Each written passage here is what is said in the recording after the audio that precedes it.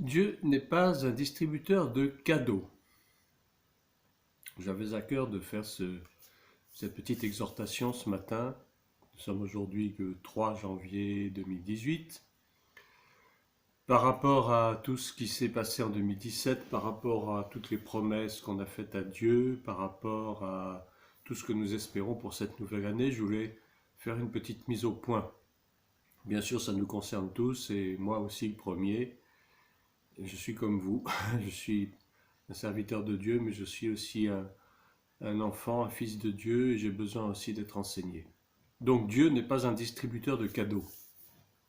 Avec cette nouvelle année qui commence, nous avons certainement fait plein de belles promesses au Seigneur pour que nos vies changent. Oui, Seigneur, cette année, je serai comme ci, je serai comme ça.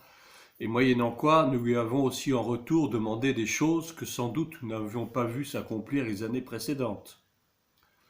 Cette attitude, si elle n'est pas condamnable au fond, peut cependant révéler quelque chose en nous qui peut être hautement condamnable, c'est-à-dire prendre Dieu pour un pourvoyeur, un Père Noël, je dirais entre guillemets, qui est prêt à multiplier les cadeaux et les récompenses pour nos mérites en échange de nos belles promesses. Le problème, c'est que d'abord, nous ne méritons rien de la part du Seigneur.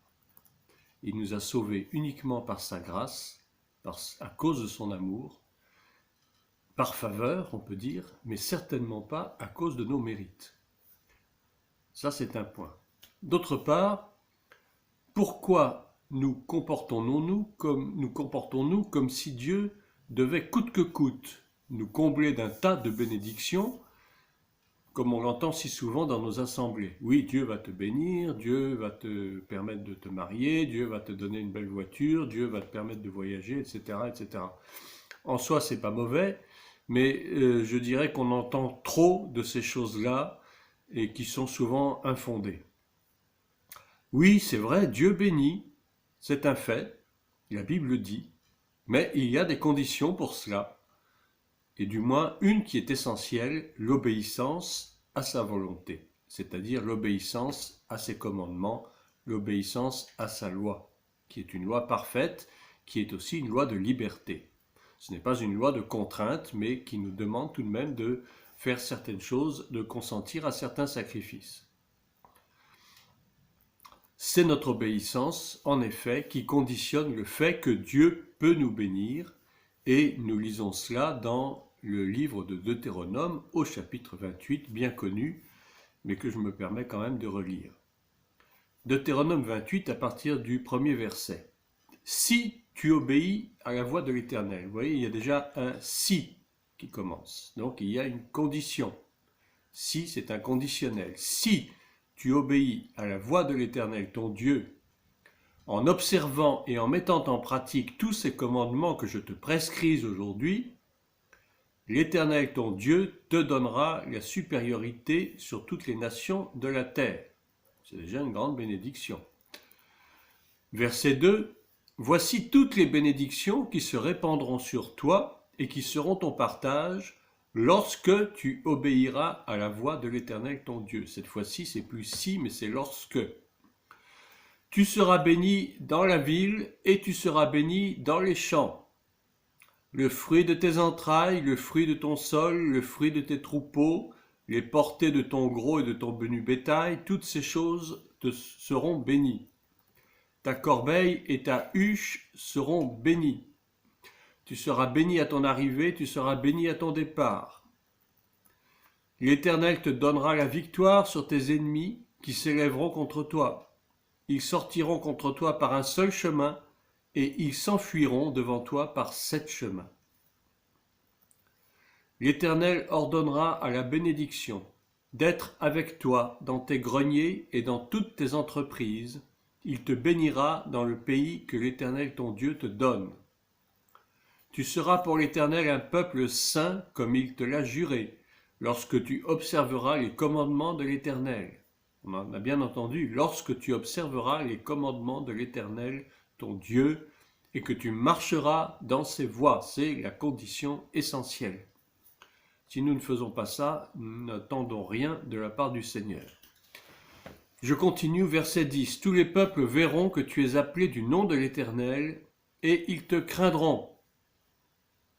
Pour faire un petit parallèle, une petite parenthèse, je dirais aujourd'hui pourquoi notre pays, la France, n'est plus du tout craint par les autres nations. Eh bien, tout simplement parce que nos dirigeants, pour commencer, et nous-mêmes et l'Église, ne craint plus l'Éternel comme il devrait le faire. Autrefois, on disait que la France était la fille aînée de l'Église.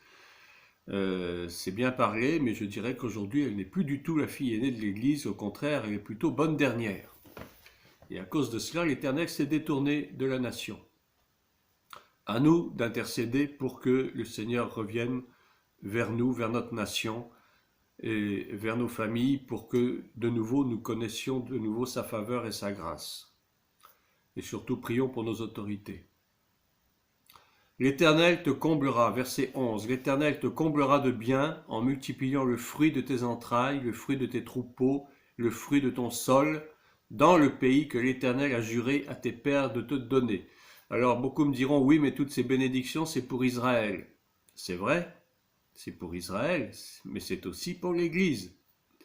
Je vous rappelle une fois de plus que l'Église n'a pas remplacé Israël, mais que l'Église est l'Israël spirituel de Dieu. C'est-à-dire que les bénédictions qui sont valables pour Israël sont aussi valables pour l'Église, mais à la même condition, c'est-à-dire la condition d'obéir à l'Éternel Dieu, d'obéir à ses commandements et à sa loi. Verset 12. L'Éternel t'ouvrira son bon trésor, le ciel, pour envoyer à ton pays la pluie en son temps et pour bénir tout le travail de tes mains. Tu prêteras à beaucoup de nations et tu n'emprunteras point. La France est endettée actuellement à quelques, je dirais, milliers de milliards d'euros par rapport aux nations, par rapport aux banques. C'est inadmissible et c'est un fait que elle ne prête plus à qui que ce soit, elle ne fait qu'emprunter. Et c'est pour ça que la vie économique est devenue si difficile. Et ce n'est pas valable seulement en France, c'est valable pour tous les pays d'Europe en particulier. Le fait d'emprunter tout le temps, ce n'est pas une bénédiction. Ou alors, on peut emprunter, mais il faut pouvoir rembourser en temps et en heure. Le fait d'être tout le temps en train d'emprunter, ça prouve qu'il y a vraiment un problème. Verset 13. L'Éternel fera de toi la tête et non la queue. Tu seras toujours en haut et tu ne seras jamais en bas.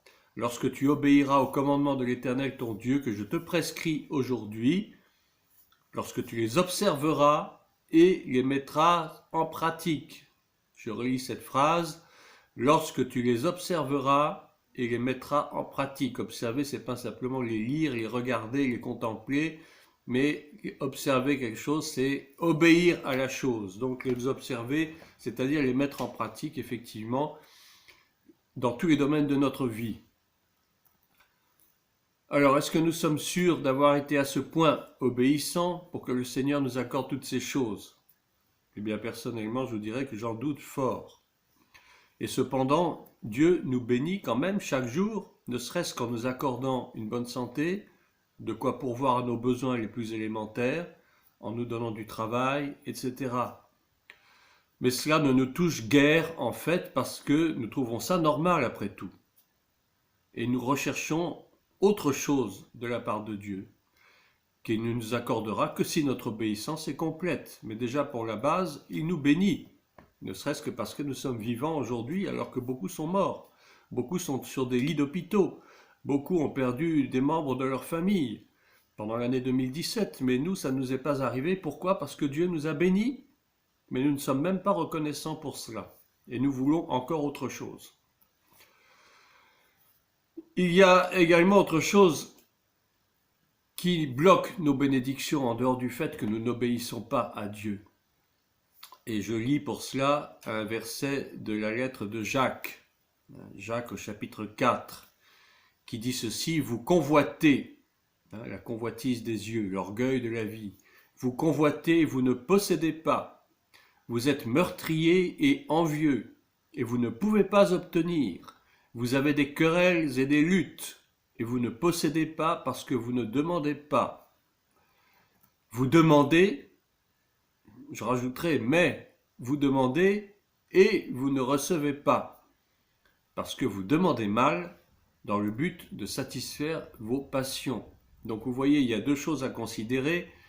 D'abord, nous ne possédons pas parce que nous ne demandons pas, mais lorsque nous demandons mal. Par conséquent, Dieu ne nous donne pas, parce que Dieu, qui voit au fond du cœur, sait que nous demandons des choses qui sont uniquement pour satisfaire nos passions. Combien de fois avons-nous dit à Dieu, donne-moi ceci, donne-moi cela, donne-moi de l'argent, donne-moi une nouvelle voiture, mais en fait c'était uniquement pour satisfaire notre convoitise, notre ego, nos penchants personnels, le goût du succès, le goût de la réussite, pour montrer aux autres que Dieu nous a bénis, etc. En un mot, c'est notre orgueil, tout simplement. Combien de prières stupides et inutiles n'avons-nous pas fait à Dieu? Alors, pour terminer ce petit enseignement, retenons 4 choses. J'ai retenu 4 choses dont je vous fais part. Premièrement, Dieu n'est jamais obligé de nous bénir et nous ne méritons rien de sa part. Deuxièmement, soyons obéissants à sa parole, donc à ses commandements, et il nous bénira selon sa volonté. Troisièmement, ne demandons pas à Dieu des choses qui peuvent être inappropriées et qui vont risquer ou qui risquent de nous détourner de lui, uniquement parce que nous avons encore de l'orgueil au fond de nous.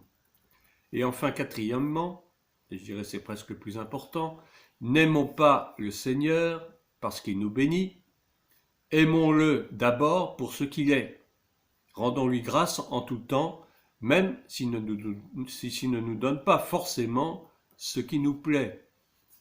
Et pour terminer, je vous cite cette phrase de l'apôtre Paul en Éphésiens 5:20, « Rendez continuellement grâce pour toutes choses à Dieu le Père, au nom de notre Seigneur Jésus-Christ. » Voilà, soyez bénis et soyons obéissants au Seigneur.